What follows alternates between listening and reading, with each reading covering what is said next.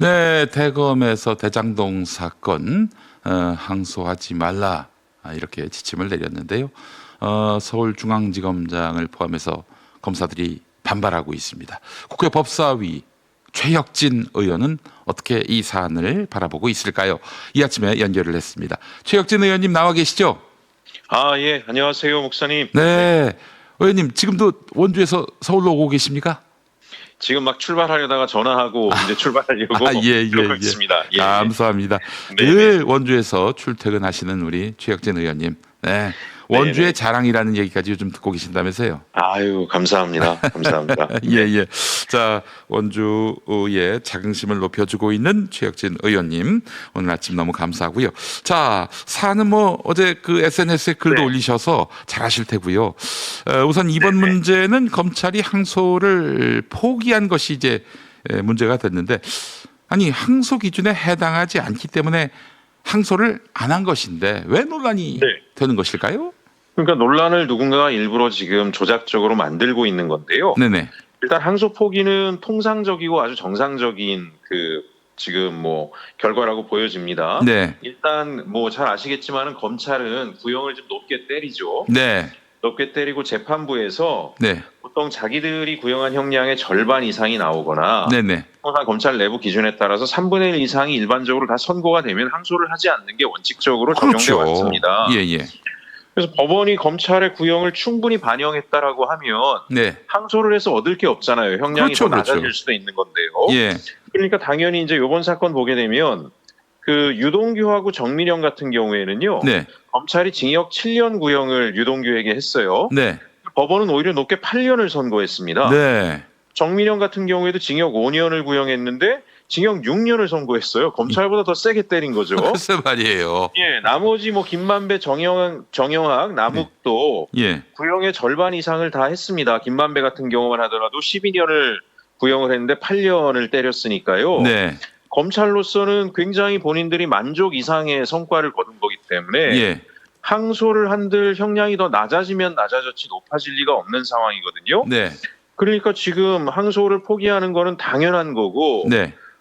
항소를 한다라는 것 자체가 검찰 입장에서는 기소를 한 검찰 입장에서는 아무 실익이 없는 상황인데 네.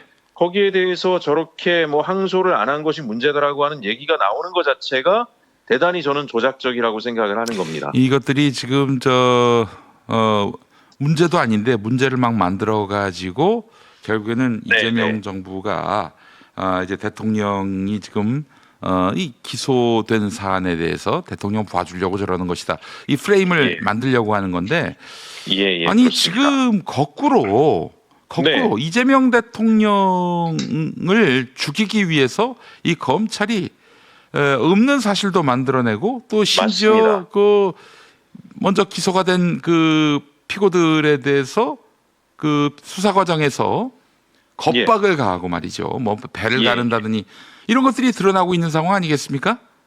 그렇죠. 이제 바로 그 이유 때문에 검찰이 반발한다라고 생각을 합니다. 네. 법리적인 이유보다 정치적인 이유인 거죠. 예. 뭐잘 아시겠지만은 검찰은 네. 이재명 전 시장을 배임죄 공범으로 만들려고 유동규 등과 이제 네. 공모했다라는 정황이 드러나고 있잖아요. 네네. 근데 재판부는 분명하게 증거라든가 이런 것들을 다 살펴보니 네. 이재명 전 시장은 유동규의 배임 행위를 몰랐다, 공모를 예. 한 바가 없다라는 거예요. 예. 근데 그 과정에 또 검찰이 해괴한 행위를 합니다. 예. 배임죄로는 도저히 이재명 전 시장을 엮기가 어렵다라고 보고 네. 별건으로 공직 이해충돌법을 끌고 들어와서 반대로 똑같은 사건들을 조작하기 시작을 합니다. 그래요. 근데 그것도 법적 절차를 다 어겨가면서까지 무리수를 뒀고요. 네. 재판부는 담담하게 얘기를 한 겁니다. 네. 두 가지를 일단 이번 판결에서 정의를 해준 건데요. 예. 이재명 전 시장은 유동규 등과 공모한 바가 없다. 네. 두 번째, 검찰이 별건으로 한 것은 네. 기본적으로 조작적인 기소에 해당할 수 있다라는 걸로 이 재판과 무관하다라고 하는 걸로 무죄로 판결을 내려줬어요. 네. 이제 검찰로서는 굉장히 당혹스러운 상황이 된 거죠. 본인들이 네. 어쨌든 없는 사건을 조작적으로 만들어냈다라고 하는 걸 재판부가 명료하게 해준 건데요. 네. 제가 볼 때는 또 하나 얘네들이 지금 당혹스러운 상황이 있습니다. 뭡니까? 일단 유동규하고 공모해서 예. 너를 형량을 최소화해 줄 테니까 예. 네가 이제 가짜, 허위 진술을 해라 이런 식으로 했다라는 정황들이 드러나고 있잖아요. 지금. 이재명 대통령에게 불리한 증언을 그렇죠. 말하자면 교사한 거예요. 맞습니다. 그리고 유동규는 그렇게 얘기하고 다녔다는 거 아니에요? 자기는 실질적으로 3년형밖에 안 나올 거다. 예. 다른 사람들 위로 다 떠넘겼기 때문에. 네. 그런데 7년 구형했는데 8년이 재판부가 나왔어요. 공모한 사실들이 없다라고 하는 걸 보니까 조작이었네 8년을 때렸어요. 그러면 이제 어떻게 되겠습니까? 만약에 항소를 통해 가지고 검찰이 항소를 하게 되면은 지금 피고인들을 또 억압할 수 있잖아요. 구형량을 더 가지고 딜을 할 수 있고. 네. 항소를 못 하게 되면 유동규는 또 열받으니까 자기가 허위 진술했던 거를 또 자백할 수도 있습니다. 그렇죠. 이제. 검찰이 시켜서 그렇게 한 거라고. 맞습니다. 예. 지금 나머지 다른 그 피고인들 다 자백을 하고 있지 않습니까? 예, 남욱 씨가 검찰의 대표적이고요. 강압 때문에. 맞습니다. 검찰의 강압 때문에 네.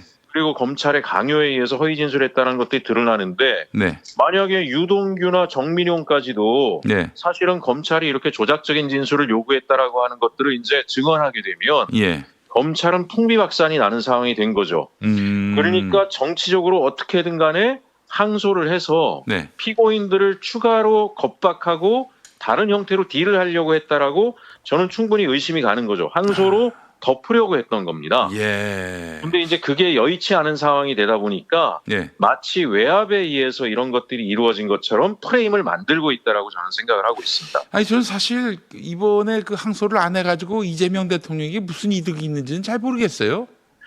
아무런 실익이 없죠. 예.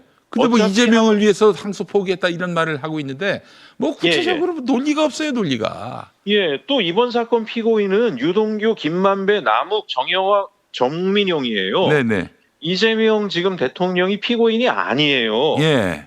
그래서 이 항소 포기를 통해 가지고 얻을 실익이 아무것도 없는 게 또 하나는 네. 어차피 검찰이 항소를 포기해도요. 네. 피고인들은 항소를 하겠죠. 네. 그렇게 해야 형량을 줄일 수 있으니까요. 그러니까 굳이 항소 포기를 시켜가지고 이재명 대표는 오해만 받지 네. 아무런 실익이 없어요. 지금도 프레임 만들어서 공격하고 있잖아요. 글쎄 말입니다. 근데 거기에 대해서 자기가 욕을 먹을 짓을 스스로 한다? 네. 계속해서 이 사람들은 우리 천재적인 이재명 대통령을 바보 취급하고 있는데 굉장히 유감입니다. 네. 자기들이 프레임 짜놓고 네. 엉뚱한 대로 몰아가는 그런 조작극이고요. 예. 그 조작극에 뭐 우리 시청자들이 절대 속을 필요가 없습니다. 네. 검찰이 큰 것을 숨기려고 하고 있다. 지금 이게 예. 최혁진 의원님은 보고 계시는 거죠? 예. 그렇죠. 이제 대장동 사건을 통해서 이재명 전 시장을 대권 주자급으로 가는 것들을 봉쇄하려고 허위 조작을 했는데 네. 그 허위 조작의 정황들이 드러나고 있고 남욱이 그것이 벌써 얘기하고 다니고 맞습니다. 있고. 예. 그런데다 항소까지 포기하게 되면 피고인들을 겁박할 수단을 상실하는 거잖아요. 네. 예, 이제 그렇게 될 경우에 검찰의 비위가 적나라하게 드러날 것 같으니까 네. 이런 프레임들을 짜고 있는 거다라고 저는 분명하게 말씀드릴 수 있습니다. 아, 딱 정리가 됩니다. 의원님 네, 말씀 네. 들어보니까. 근데 또 이런 네. 얘기하는 사람도 있어요. 항소 포기로 인해서 대장동 초과 수익 환수가 다 막혔다. 이런 주장도 있는데 이 부분은 어떻게 보십니까? 전형적인 가짜 뉴스고요. 가짜 뉴스군요. 예, 성남시가 뭐 막대한 그 사자들의 이익을 부풀려줬다라고 하지만 네. 나중에 구체적으로 들여다보니까 성남시는 어쨌든 한 푼도 벌지 못하는 상황에 공적으로 개입을 해서 네. 성남 시민들에게 막대한 이익을 만들어냈다라고 하는 게 드러났었잖아요. 네네네. 이번 재판부에서도 예. 대장동 민간업자들의 초과 이익을 분명하게 기소를 했습니다. 예. 1,120억 원으로 인정을 분명히 했고요. 예, 예. 그다음에 이 중에서 뇌물성 수익이라고 할 수 있는 473억은 네. 국가가 이제 추징하는 것으로 확정을 해줬습니다. 예, 예, 예. 나머지 647억 원은 네. 배임에 따른 수익으로 정의를 했기 때문에 예. 배임은 형사재판에서 기본적으로 피해자가 있는 범죄잖아요. 네네네. 그래서 이건 국가가 추징할 수 있는 게 아니라 피해자가 추징할 수 있어요. 네. 그럼 성남시가 요구할 수 있는 거죠. 성남시가 647억을 요구할 수 있는 권한을 얻은 거예요. 그 민사에서 하면 되는 거 아닙니까, 그거는? 맞습니다. 민사를 하면 되고요. 예. 이미 성남시는 피고인들의 재산 중에 한 2천억 원 정도를 가압류한 상태입니다. 네. 가압류한 상태로 647억을 배상받을 수 있는 권한을 얻었기 때문에 네. 민사상으로 다 회수가 되는 돈인데 이것이 무슨 저 사람들의 이익을 보장해줬다라고 하는 가짜 뉴스로 아닌 말고식으로 막 퍼뜨리고 있는 거죠. 이 보도를 한 매체가 바로 조선일보입니다. 조선일보. 예. 예. 김나영 기자님, 이게 너무한 거 아닙니까? 뭐 이렇게 좀 알고 보도를 했나 모르겠어요. 예, 이제 뭐 조선일보 요즘에 김용민 TV를 보지 보는 사람 없습니다. 조선일보. 보수도 김용민 TV가 진실이다. 중도 보수층도 다 보고요. 네. 조선일보 보는 사람 얼마 되지도 않기 때문에 영양가도 없는데 엄한 소리 계속하고 아유. 앉아 있다라고 저는 생각합니다. 네, 제가 할 얘기를 또 대신해 주셔서 너무 감사합니다. 자, 이 결국에는 검찰 개혁에 대한 예. 반발을 넘어서서 자기들의 이런 과오를 덮기 위한 몸부림이다. 근데 여기에 예. 호응해준 언론들도 어찌 보면은 이런 깡패 검찰들과 공생 관계였던 자들이기 때문에 네네. 이들의 이런 보도에도 우리 국민들이 속아 넘어가면 안 되겠다라는 생각이 듭니다. 예. 예. 자, 오늘 이제 10시쯤인가요? 정성호 법무부 장관이 입장 표명을 한다고 하더라고요. 10시 반이죠. 예. 법무부 입장에서 뭐 당당하게 입장 표명을 할 수 있는 거고요. 네. 분명하게 이제 이런 얘네들과 관련된 의혹들을 이제 하나하나 좀 지적하고 네. 특히 저는 법무부 장관께 이제 요청을 방송을 통해서 드리고 싶은 게 네. 아주 비열한 방법을 검찰이 지금 쓰고 있는 거거든요. 네네네. 무슨 얘기냐면 정상적인 항소 포기를 갖다가 외압이 있는 것처럼 프레임을 만들고요. 예. 그리고 정진우 서울중앙지검장은 뭐 사임 의견을 냈어요. 네.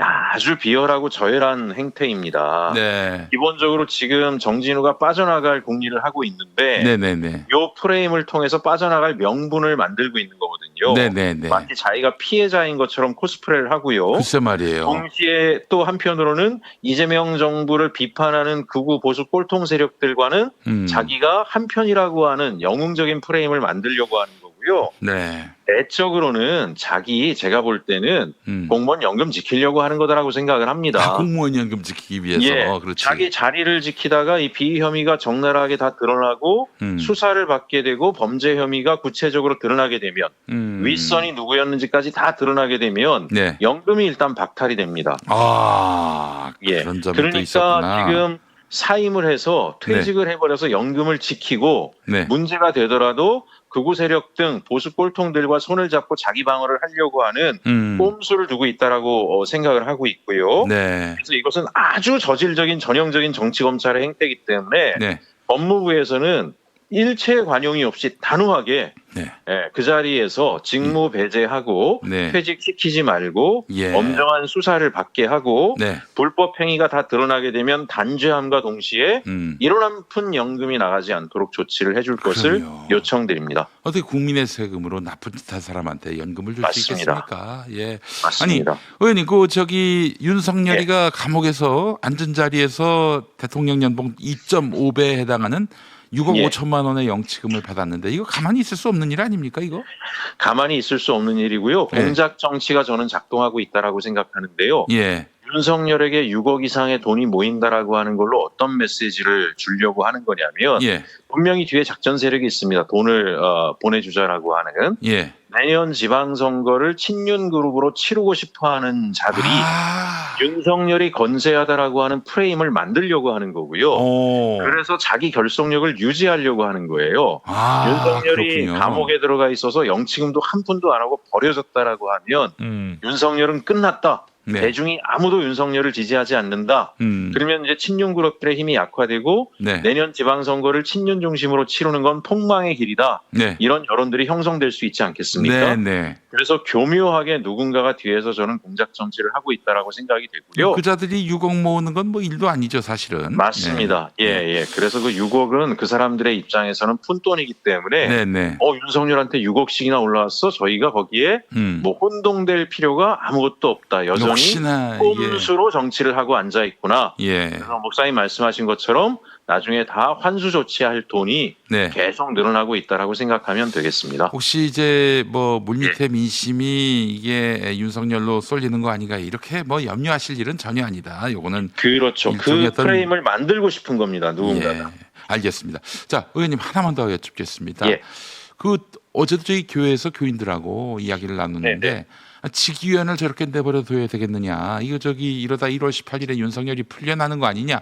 염려하는 분들이 많아요. 이거 어떻게 응답을 하셔야 될 것 같은데. 일단 민주당 내부에서 여러 가지 고민들이 좀 있으실 텐데요. 네네. 우선 또 지금 재판부를 바꾸다가 네. 재판부를 바꾸는 시간이 또 장기화되고 예. 또 재판이 이제 재판부가 바뀌면 처음부터 재검토한다 뭐 이런 식으로 가게 될 경우에 그러면 진짜 상당히 이제 그야말로 저희가 우려하는 상황이 생길 수도 있기 때문에 네. 민주당 입장에서도 고민이 많을 것 같습니다. 예. 다만 이제 지기현이라고 하는 판사도 네. 뭐 사실 자기의 여러 가지 사적 이익까지 고려한 행보들을 할 거다라고 생각을 하는데요. 네. 국민들이 강력한 목소리로 문제 제기를 계속 해주시고 네. 민주당도 지금 사법개혁안을 굉장히 중요한 검찰개혁안과 함께 강력하게 하반부에 밀고 나갈 거거든요. 네네. 그러한 힘들이 모아질 때 지기현 재판부가 스스로 자멸하거나 네. 아니면은 기본적으로 엉뚱한 행동을 하는 것을 강력하게 제지할 수 있고요. 그 와중에 국민적 총의가 모아지면 네. 어떤 결단을 내리는 순간도 올 수 있다라고 생각을 하고 있습니다. 결단을 저는 내린다. 일단- 어떤 결단일까요? 예, 그거는 아마 이제 민주당하고 좀 상의를 해봐야 될 텐데요. 네. 저는 뭐 조희대 대법원장을 물러나게 하는 강력한 조치까지 필요하다라고 생각하나 네. 어쨌든 저는 이제 무소속 비례니까 어쨌든 우리 민주개혁 진영의 의원님들하고 충분하게 상의를 통해서 네. 밀고 나갈 수밖에 없잖아요. 네. 저는 계속 목소리를 높여서요. 네. 민주당이 지금 사법부의 농단에 대해서 음. 보다 강하게 대처할 수 있는 네. 명분과 힘을 실는 데 최선을 다할 생각입니다. 예, 알겠습니다. 자, 최혁진 의원님 이 아침에 인터뷰 감사합니다. 네, 감사합니다. 네, 국회 법사위 무소속 최혁진 의원과 함께했습니다.